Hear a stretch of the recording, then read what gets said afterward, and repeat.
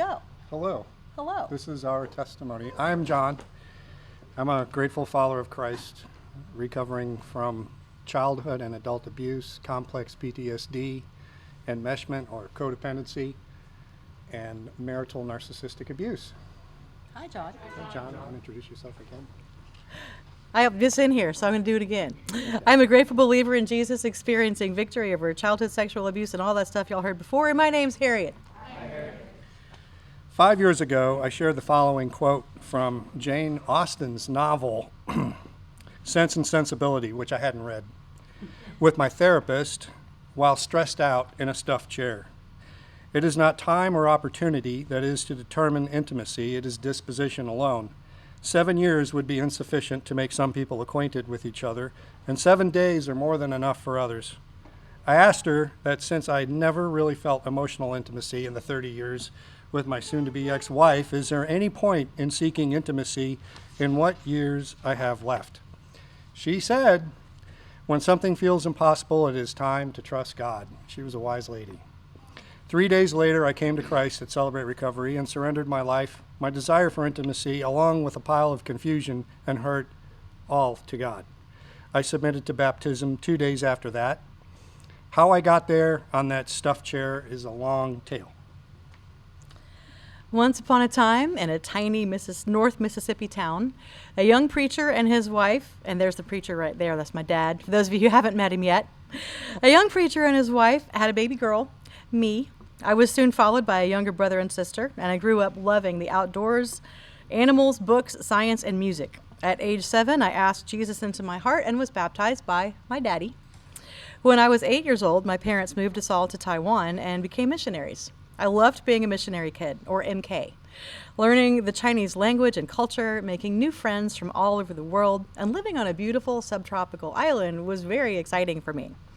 It was not all positive, though. A few months after our arrival in Taiwan, a fellow missionary, my dad's best friend and prayer partner, began molesting me regularly over a period of about 4 years. I kept silent about the abuse because I was sure that I had done something terribly wrong and I was engulfed in shame. As is typical for abuse victims, I thought it was my fault. At the age of 12, I realized the abuse had stopped, and I decided to carry the secret to my grave. After all, I reasoned, he had never physically hurt me, and I was tough enough to handle it. The emotions associated with these encounters were very painful. I knew I was damaged goods, dirty, unworthy, and shameful. So my 12-year-old mind, in its wisdom, decided that emotions were bad, and they made me weak. I chose to shove them deep inside myself, burying them where I could no longer see them, and began training myself to just not feel anymore. In recovery terms, I chose to enter a state of denial, which would continue for the next 40 years or so. I also began developing my lifelong coping skill of dissociation. If that's a new term for you, dissociation is a state of detachment from reality or a disconnection from one's thoughts, feelings, memories, or sense of identity. Everyone dissociates to some degree, whether it's arriving at a place you often drive to and not remembering part of the trip, or losing yourself in a book or a movie to the point that you lose touch with the world you're actually in. But my choice to ignore my emotions and train myself not to feel them actually changed my perception of reality and eventually caused me serious damage. My freshman year of high school, with the support of my friends, I blew the whistle on my perpetrator, and the rest of high school was a wonderful time in my life. My senior year, I found the scripture that would become my life verse. He knows the way that I take, and when he has tested me, I will come forth as gold. After I graduated from high school, I returned to the U.S. for college, choosing to stay near my grandparents and attend my parents' alma mater, Mississippi College, majoring in biology and playing 4 years of varsity volleyball. Back to how I got in that stuffed chair. A few years ago, in a crisp wooded land called Minnesota, I was born and immediately started wondering why, about absolutely everything. My woods and country living family included mom and dad, my German-only speaking grandparents, an older brother and sister, a younger brother, and 7 sled dogs. Among my siblings, I enjoyed the most, helping with absolutely anything that involved the outdoors, especially the woods. My favorite books to turn the pages of with my calloused hands were dozens of science fiction stories where technology, intellect, and gumption always won the day. Although I occasionally attended a Lutheran church, my parents and grandparents taught me the most about kindness, humility, hard work, a passion for the natural world, and a wonder at all of creation. As a youngster, I struggled, feeling like an alien around people, until I had a spiritual experience as a teenager and felt myself suddenly safe and loved in the hands of God. I knew I was safe, even if I turned out to be a Roswell Gray. The one thing I have always valued the most was discovering God's truth through the application of a method of analysis called science. I wish more people had a better understanding of what that means precisely, so if you'd indulge me for a minute. Discovering God's truth through the application of the scientific method means knowing and accepting what is, despite any emotional attachments that I may have to the contrary, not hoping, wishing, or blindly believing what is. It means reasoning without any emotional attachment to whatever I am considering. Here is an example. It is commonly stated that a person's perception is a person's reality, and that is to a great degree colored by our past. I believe that perception is reality is always true for my dog. But we human beings are social creatures who are built to reason, collaborate, and communicate. Remember these three things. We are built to reason, collaborate, and communicate. Remember the adage about what assuming does, so what's lacking? Usually humility and self-awareness. For many believers, the things blocking us from discovering God's truth include our emotional parental attachment to our own specific interpretations of the Bible. Nobody ever believed it would be scientifically possible to fly, edit our genes, or land a rocket on its tail until this was done, because it was emotionally easier for us to discard the thought. So why do we struggle with emotional attachments to falsehoods? Because humans are not purely rational. Our thought processes are mostly emotional, even including mathematics. If information is evidence that is contrary to what we believe, our brain feels better when we discard it, rather than examine that contrary evidence, especially if there is a crowd of people that applauds us when we throw it away. The biggest barrier to changing this truth impediment is overcoming confirmation bias. We can, if when faced with contrary information to what we believe, we use 5 things. Personal humility. In other words, my idea is just an idea. It doesn't belong to me. It's just a belief that doesn't belong to me. Self-awareness of our emotional attachment to our belief. Do I feel like my belief belongs to me? Determination to do the hard work required to reason. It takes time and thought. That's number 3. 4, collaborate honestly with others. Find others who will help, not argue.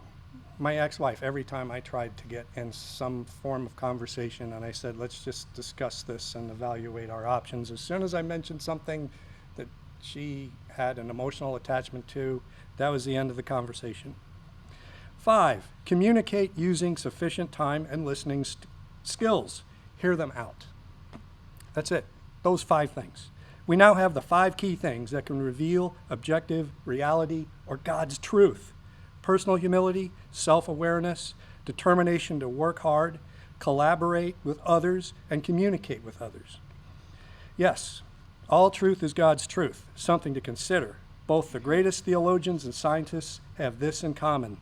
They revel in the enjoyment of discovering that they were wrong. Turning away from falsehood and towards truth should always be celebrated. We all have a faith journey. And likewise, science also improves on itself. Just because my faith has evolved doesn't mean God wasn't always at my side. Just because eggs are now known to be healthy doesn't mean that nutritional science is bad or wrong or has an agenda.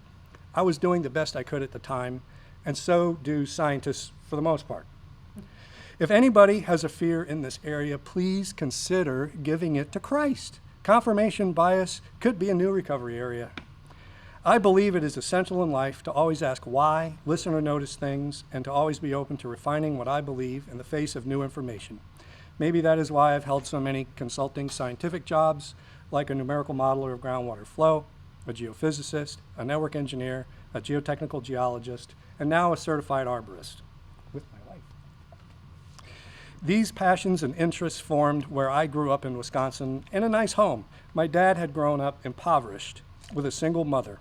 The highlight of his winters was sledding down the hill behind his house on the frozen, dirty dishwater that his mother tossed out the back door. My mom was a World War II refugee who, as a teenager, had fled through East Germany alone to escape the Russians.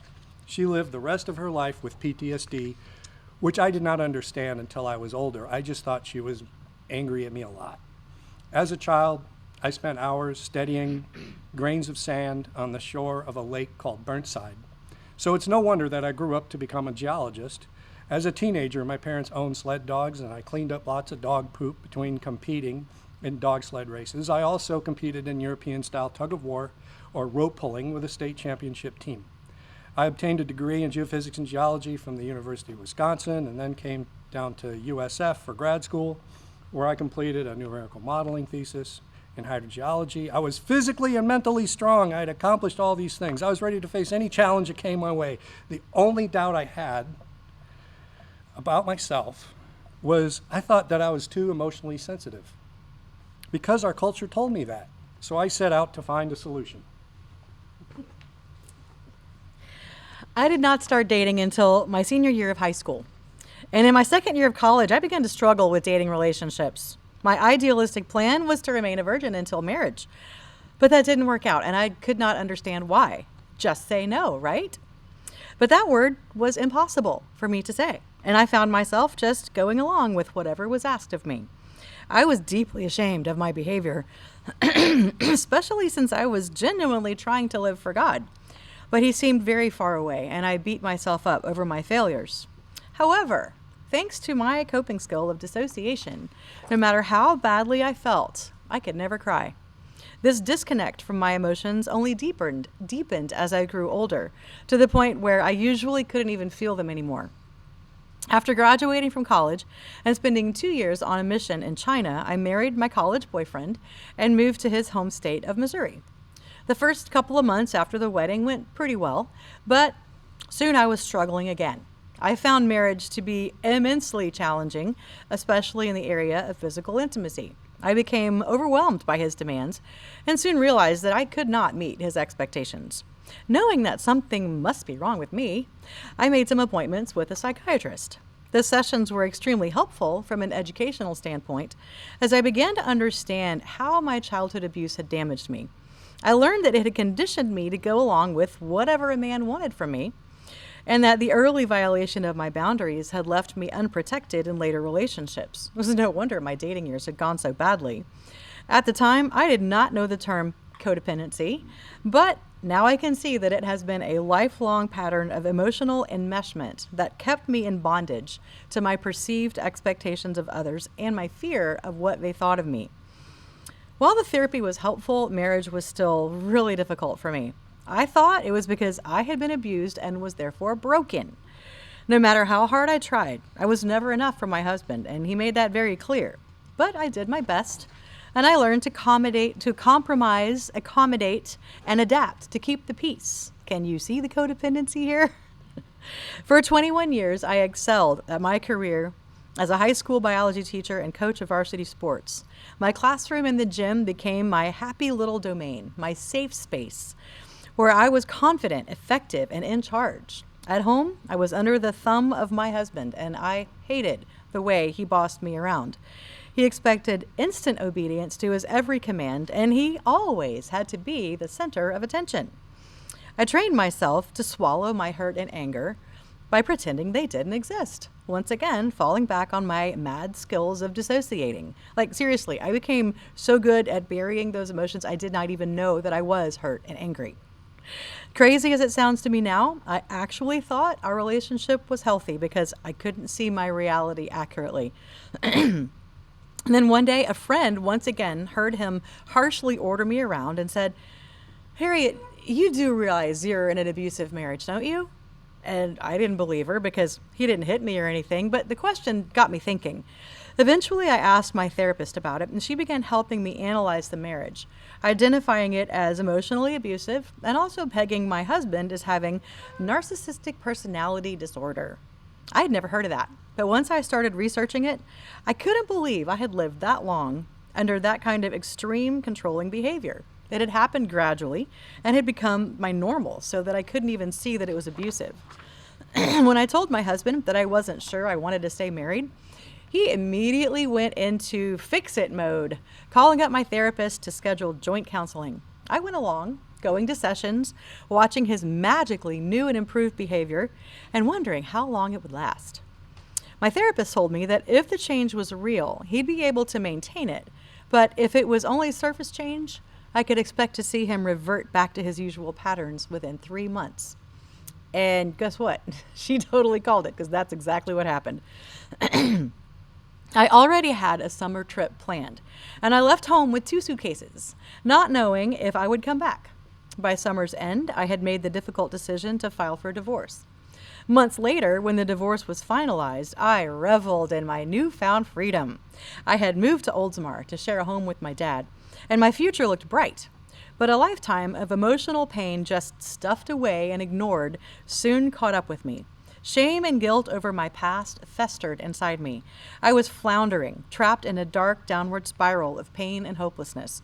For the first time in my life, I considered suicide. One day in college, I met a lady that was pretty and charming, so we dated.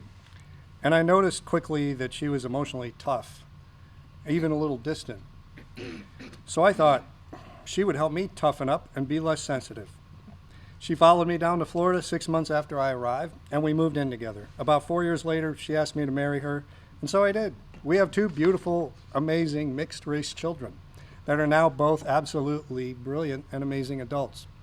I put everything I could into being a good dad for them, despite having severe difficulties in my marriage. I stuck it out through the lack of emotional support for the duration. An example of my difficulty is when I returned home after my father had died and she wouldn't hug me. She seemed fearful of my pain and wanted nothing to do with it. I suffered alone with the loss of my grandparents and my mother, and whenever I asked her for emotional support, it was somehow always simply my fault, and the worse things got, the more I was at fault. Even simple things were never forgiven. There was no grace. I was never good enough at anything, especially my various jobs. They were always a disappointment to her, and by extension, so was I. The last 15 years were very toxic to me, and my self-worth plummeted to the point where I couldn't even imagine completing the most simple of tasks correctly, like changing the oil on my car. I stopped caring about work and myself. My health suffered because of the stress. So had I been right all those years ago about needing to be less emotionally sensitive?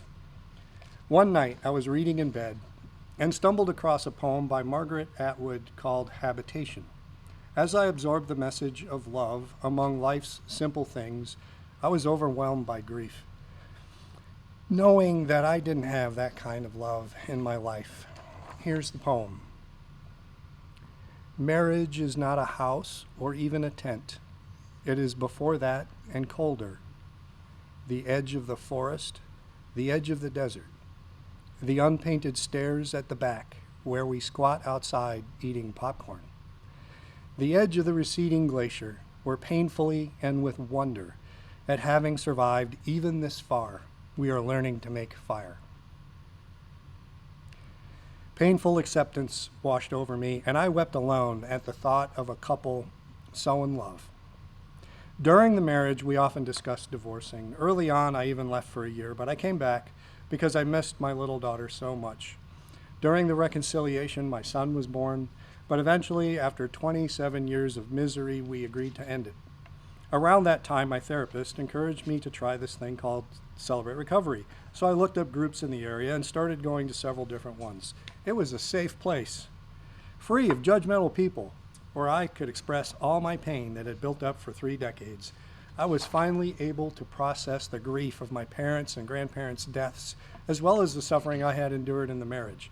I found what felt like a new superpower. I could empathize with the pain of others. and learned, because of Christ's words, not to judge others because of it. If you empathize with people who are sharing their pain, it ruins judging others because it feels like judging yourself.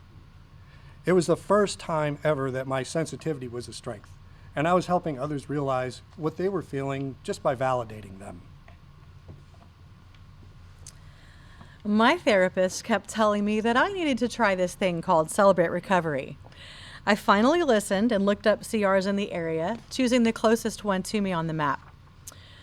On my first night there, October 5th, 2018, I watched and listened. I could see the value in it, so I kept coming back.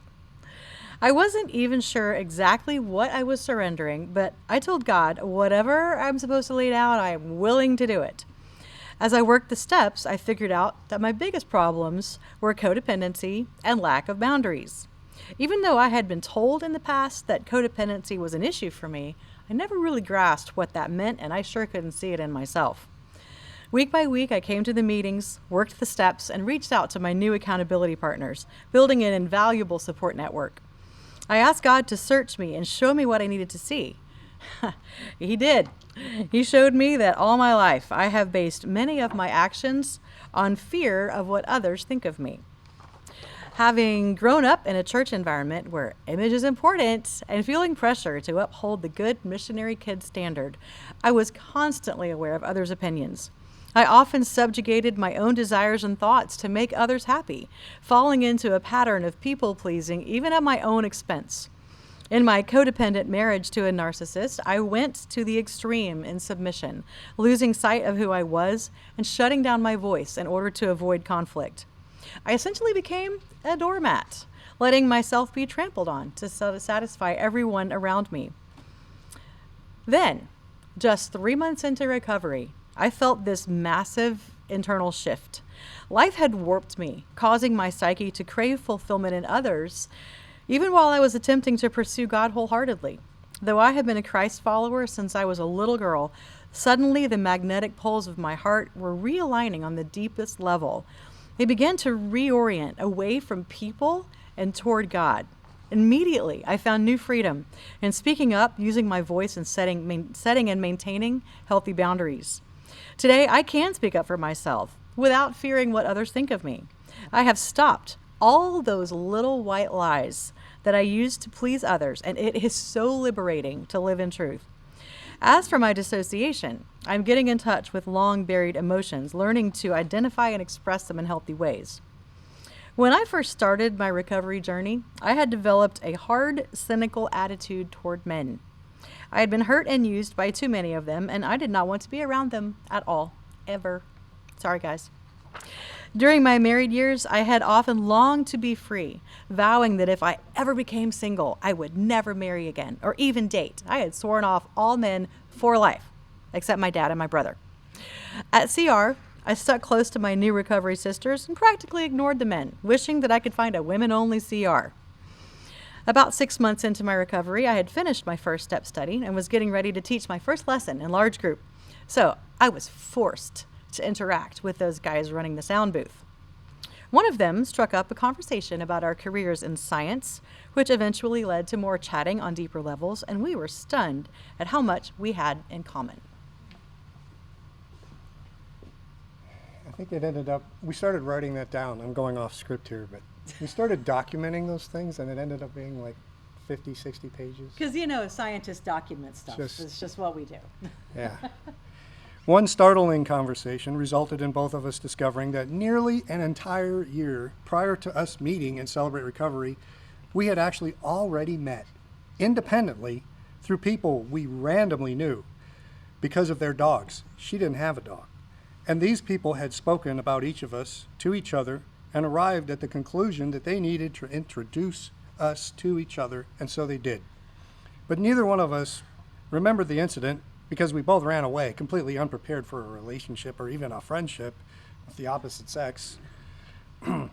But they were right, and it was shocking to realize that in a metropolitan area with a couple of million people and no common thread, such as church or CR or field of work, that two people decided that two other people would be great together and set us up with horrible timing.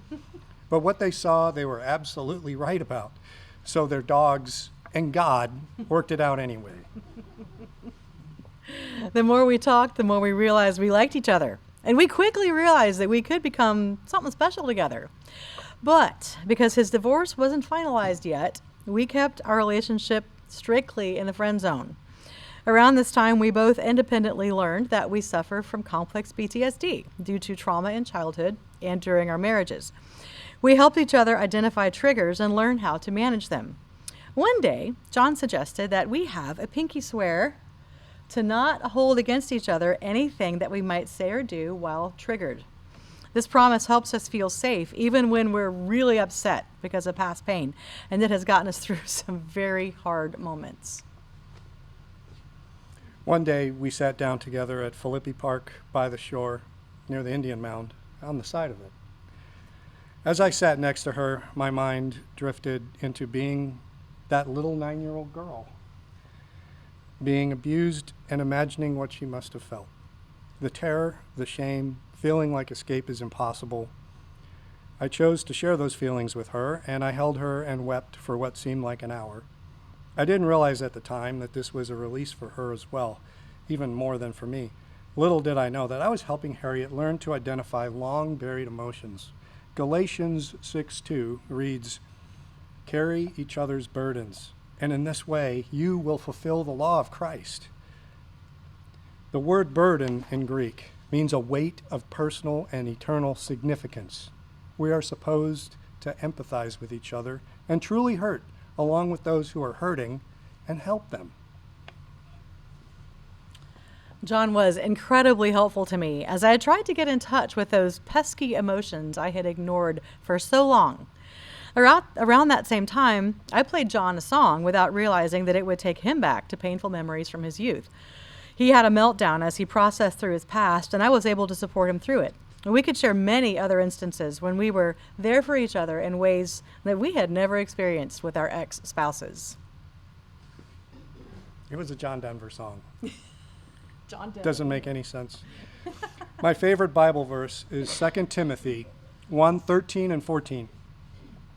"Hold fast the pattern of sound words which you have heard from me, in faith and love which are in Christ Jesus.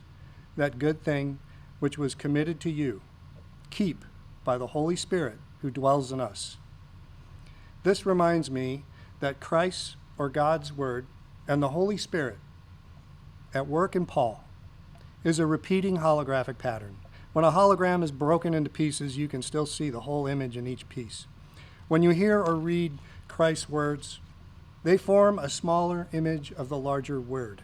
It reminds me that anything I say or do can either be in his image or not. It can either be for his glory or not. If I find myself wondering if a choice or action is the right one, I look objectively at it. Is it in his image or not? As I kept coming back to CR, I kept doing step studies every year. If you've done this too, you know the value in going through those same workbooks over and over. Because with every repetition, God continues to reveal new layers of my character defects that I can surrender to him for healing. And with every new step study, I love going back to my first answers to see again how far I've come and how God has healed me in ways that I could not imagine when I took that first step.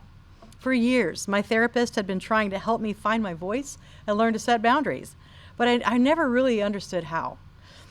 But CR has helped me learn the secret. Instead of being controlled by my fear of others, I surrendered my will and trusted the one who had never left my side and always loved me. Today, our lives are very different than they used to be. Not only are we happy in our marriage with each other, but we've also reinvented ourselves career-wise.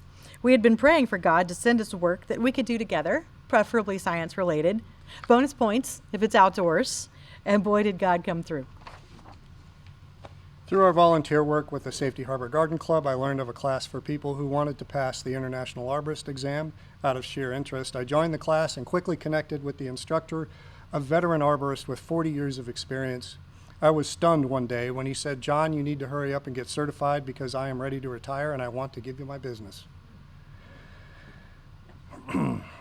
I was even more surprised as I realized he actually meant it. One April day, I went out on a job with John and his instructor. It was a beautiful Florida spring day, sunny and breezy, and we walked around in wooded fields and gathered data on trees and tagged them and plotted their locations on a map and ate wild blackberries we found growing in the shade, and I thought, wow, I could really love this work. Then I was handed my pay for the day and thought, this pays way better than teaching. So I left the classroom to join John in starting our new career together as arborists. Even on the hottest days of summer, with sweat and wasps and thorny vines, we love our adventures and working together. For years, I had been baffled when I heard women say they had married their best friend. I couldn't understand that at all. I actually wondered if it were real or if they were just saying it because it looks good on Facebook. Well, guess what? It's real. Today, 4.5 years into our marriage, we are deeply grateful for Celebrate Recovery and the miraculous changes it has catalyzed in our lives. We are honored to be the co-ministry leaders of our group just here at First Presbyterian Church of Safety Harbor, where I am a church elder and Harriet is worship leader. Our support networks overlap quite a bit, and we treasure our relationships with our accountability partners and our CR family. With John, I know that I am treasured.